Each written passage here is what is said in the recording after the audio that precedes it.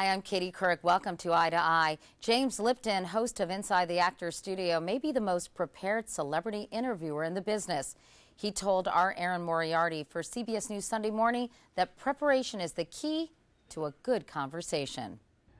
I don't know if anyone can learn anything from me in this, but what I've learned over the past 13 years is that given a particular circumstance, two people can be forced into a real conversation.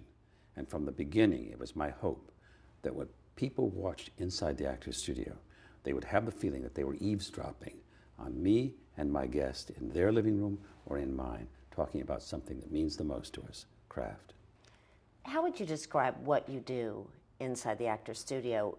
Are these interviews, or do you consider these conversations? I hope that they're conversations. The guest and I are on our stage at Pace University in front of the Actors Studio Drama School of Pace University.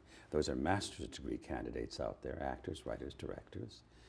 And the dynamic of it is the guest teaching the craft and the dynamic of it is the guest teaching the craft to these students. But I guess what you're doing with that person, I mean, I'm trying to get a sense. We're talking about conversations. You don't see these as interviews. You see these actual conversations. So there's give and take? Absolutely, there's give and take. Remember, there's no pre-interview. And the fact that there's no pre-interview, which is almost unique among talk shows, means that the guest doesn't know what's coming next. Neither do I. I think I know what's coming next because I prepared for 2 weeks. I have 400 blue cards, but it can go any way it wants to go. The way the guest and I have thought of it sometimes is it's a circus tent. And on one side of the stage is a rope ladder, on the other side another. I go up one, the guest goes up the other, and we meet up at the top on a high wire with no net for 4 to 5 hours. That'll force you to listen and respond, which is, after all, what a conversation is.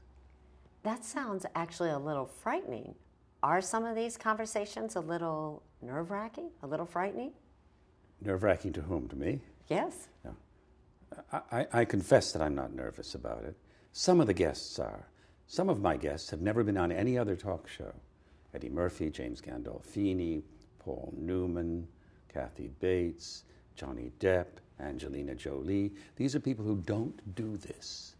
And what's more, they're there as themselves. There's no mask, there's no character, there's no part. And it becomes, for them, I think, a little bit nerve-wracking at the beginning. But I have what I call the back of the seat test. The way we're angled, so that the cameras will get me in close-up and the guest in close-up, I can see the guest's back. They sit down, and if they're nervous, they sit very dutifully like students. Their backs don't touch the back of the chair. Early in the interview, or conversation, or whatever it is, I have put among my blue cards some questions that might surprise them. Those are what we call the oh my gods. Oh my God, how'd you know that? Julia Roberts said, did you call my mother? Sally Field said, did you read my journal? What happens is that they realize that I've done my homework at that point. And maybe they're safe. And that's when the sliver of light between them and the back of the chair vanishes, and we're off.